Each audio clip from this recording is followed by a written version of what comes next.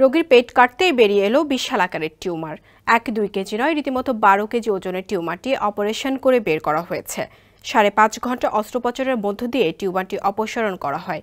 45 বছর বয়সী রোগী মোহাম্মদ কামাল হোসেনের পেট থেকে রোববার এই টিউমারটি অপসারণ করা হয়।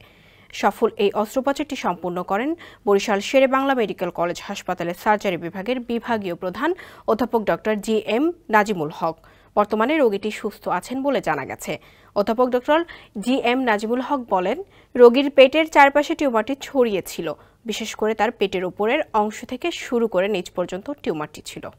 1 মিনিটে নগদ ইসলামিক অ্যাকাউন্ট খুলতে ডায়াল করুন *167#।